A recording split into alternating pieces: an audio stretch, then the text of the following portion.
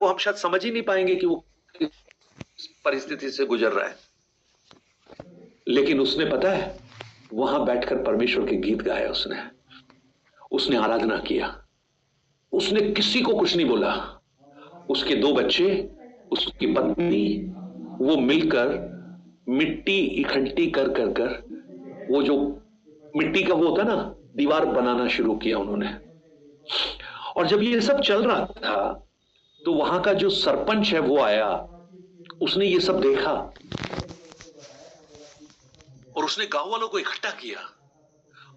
और गांव वालों को इकट्ठा करके उसने बोला, यार ये आदमी जिसको घर हमने तोड़ दिया, लेकिन उसके बावजूद भी ये वहां बैठ के गाना गा रहा है और वो किसी को कोई भला बुरा नहीं बोल रहा।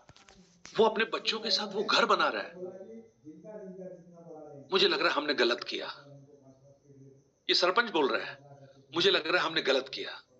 एक काम करते हैं यार, उसको, वो अपना ही भाई है, एक तरह से गांव का है, अपना ही तो है वो। उसको बोलते, भैया तू जो विश्वास करता है वो कर ले। अब से तू हमारे किसी धार्मिक चीजों में हम तुझे सहभागी नहीं होने देंगे। बाकी तू हमारा ही भाई है, हमारे साथ ही रहे, कोई दिक्कत नहीं है हमें। और उसके बाद एक और निर्णय पता है क्या था? उसने गांव वालों को बोला, जो घर हमने तोड़ा है ना, वो हमें वापस बना के देना है उसको। उसका वीडियो मैं, अगर मुझे मिल गया तो मैं वो वीडियो भेजूंगा आपको। पूरा घर गांव के लोगों ने, जिन्होंने तोड़ा था, उन्होंने वापस वो घर बनाया। अब आप सोचिए, वो जब घर बना होगा, उस घर के अंदर बैठकर उसने कौन सा गाना गाया होगा? आज जो क्लेश, आज जो तकलीफ, अब तकलीफ हर तरह से हो सकती है। हम कई बार तकलीफ को सिर्फ, कई बार आर्थिक तंगी के रूप में देखते हैं। सोशल रिजेक्शन, परिवार से कितना रिजेक्शन।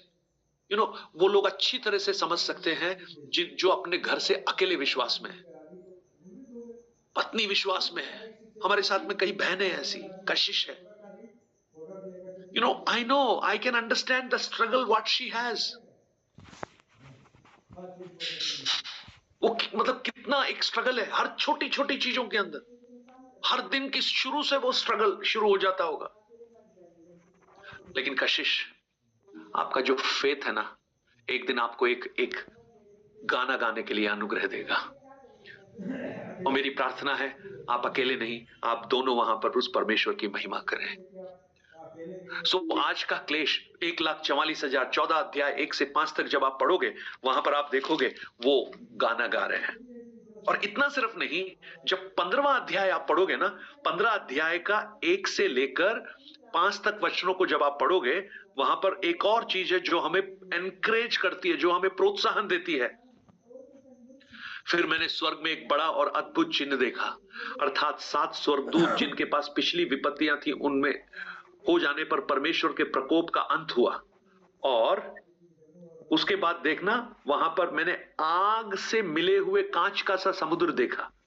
और उस पशु पर और उस मूरत पर और उसके नाम के अंक पर जो जयवंत हुए थे, उन्हें उस कांच के समुद्र के निकट परमेश्वर की वीणाओं को लिए हुए खड़े देखा।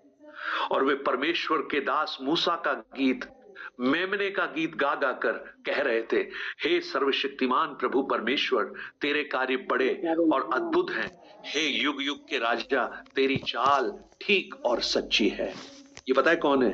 ये वो मार्टियर्स हैं, ये वो शहीद हैं जो प्रभु के नाम से मर गए थे। लेकिन आज कहां खड़े होकर गीत गा रहे हैं? वो कांच का सा समुद्र। मैंने आपको बताया था ना, ये वो उस बात को दर्शा रहा है जहां पर मिस्र की गुलामी में निकलने के बाद लाल समुद्र पार कर कर मिरियाम अपना डफ बजाकर, मूसा गाना गाकर परमेश्वर की महिमा कर रहा था। ये समुद्र उसी एक घटना को पुनरावृत्ति कर रहा है। जैसे उस जगह से निकलकर बाहर आकर परमेश्वर की महिमा कर रहे थे, ये लोग मृत्यु से जय पाकर उस परमेश्वर की महिमा कर रहे हैं। तो यूहन्ना ने जो ये दर्शन इन तीनों अध्यायों में देखा, ये बड़ा क्लियर है। पता है क्या है क्लियर? शैतान पर, जो बीस्ट है ना, जो पशु है, उस पर जय पाई जा सकती है विश्वास के द्वारा, और हम जयवंत हो सकते हैं। और इसलिए लिखा है, जो जय पाए, जो जय पाए, जो जय पाए। प्रकाशित वाक्य में हम कितनी बार देखते हैं, जो जय पाए। राइट। सो अब आप देखिए, कितना भी शत्रु इकट्ठा हो जाए, कितनी भी नेशंस इकट्ठी होकर अपनी सेनाओं को इकट्ठा कर ले, चाहे सारा संसार परमेश्वर के राज्य की खिलाफत कर ले, लेकिन वो परमेश्वर के वचन को और परमेश्वर की योजना को पूरा होने से नहीं रोक सकती। परमेश्वर अपनी योजना को पूरा करेगा ही करेगा, चाहे अभी हमें समझ में नहीं आ रहा हो।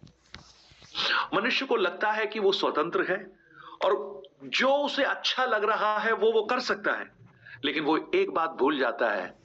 वो जो सोच रहा है ना कि जो मुझे अच्छा लग रहा है वो मैं कर रहा हूं, लेकिन उसको भी परमेश्वर ही करवा रहा है।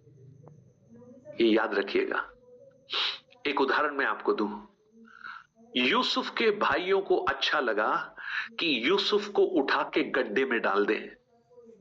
तो मेरा प्रश्न है, जब यूसुफ के भाइयों के हाथों से पकड़कर यूसुफ को गड्ढे में डाल रहे थे, तो क्या परमेश्वर की स्वीकृति उन भाइयों के हाथों के साथ नहीं थी?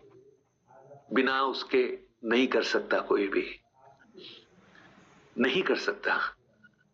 जब वो जो सैनिक थे वो पकड़कर दानियल को जब शेरों की मांद में डाल रहे थे, तो क्या लगता है कि परमेश्वर चाहता तो उनको रोक सकता था ना वहां पर, लेकिन परमेश्वर ने स्वीकृति दी उस काम को करने की।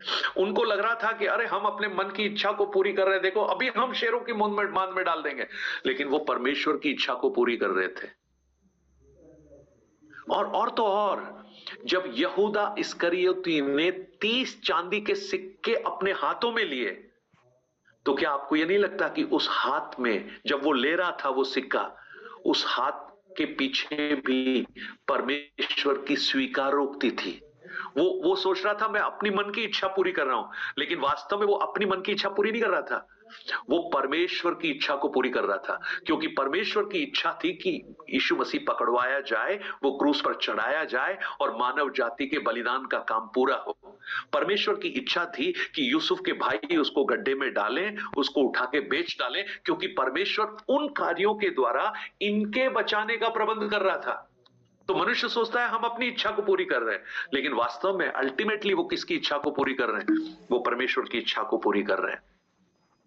और इन 14 से 16 तक अध्याय में जब हम पढ़ते हैं, ये है ना, ये भविष्य की घटनाएं हैं, लेकिन इस भविष्य की घटना को आज अगर वर्तमान में लेकर आए, तो मैं आपको कहूं, हर युग में हम इन 3 अध्यायों को अनुभव कर सकते हैं। हर युग में एक मसीह विरोधी है, हर युग में एक हरमगदोन का युद्ध है, हर युग में मसीहों के खिलाफ सताव है और झूठे भविष्यद्वक्ता हैं जो उन्हें परमेश्वर से दूर करने की कोशिश करते हैं। परंतु इन सब के बावजूद याद रखना, हर युग में ऐसे विश्वासी लोग भी हैं जो कितने भी सताव हो जाएं, उसके बावजूद भी वो प्रभु के नाम से खड़े रहते हैं। और मैं प्रार्थना करता हूं हम सब उस ग्रुप में होने चाहिए। और ये भी याद रखिए, जब इन युग का अंत होगा तो आपको ये घटनाएं और तेजी से घटती हुई दिखाई देंगी, और जब वो तेजी से घटती हुई दिखाई देंगी ना, तो आप समझ लेना कि परमेश्वर के वचन में लिखी हुई भविष्यवाणियां पूरी होती चली जा रही हैं। और निश्चित रूप से परमेश्वर हर उन भविष्यवाणियों को जो उसने पुराने नियम में और नए नियम में की हैं, उसको वो पूरा करेगा। और आज हमको जो समस्याएं जो दिखाई दे रहा है ना, जो बुरे दिन दिख रहे हैं ना, मैं आपको कहूं, किसी राजनेता के कहने से अच्छे दिन नहीं आएंगे, लेकिन हमारे प्रभु यीशु के आगमन के साथ कुछ अच्छे दिन जरूर हमारे लिए आएंगे। और मैं प्रभु को धन्यवाद करता हूं, हम उस अच्छे दिन का गवाह होंगे, हम उस समय होंगे। होना चाहिए प्रियो, आपको भी होना चाहिए। अगर कोई नहीं है तो उसके लिए तैयार हो जाइए, और वो उसका एक ही तरीका है, प्रभु यीशु मसीह। और जब उस पर आप विश्वास करते हैं, उस पर आप भरोसा करते हैं, आप उस अच्छे दिन में शामिल हो सकते हैं। आंखों को बंद करें, प्रार्थना करें, लेट्स प्रे। कल से हम उन 3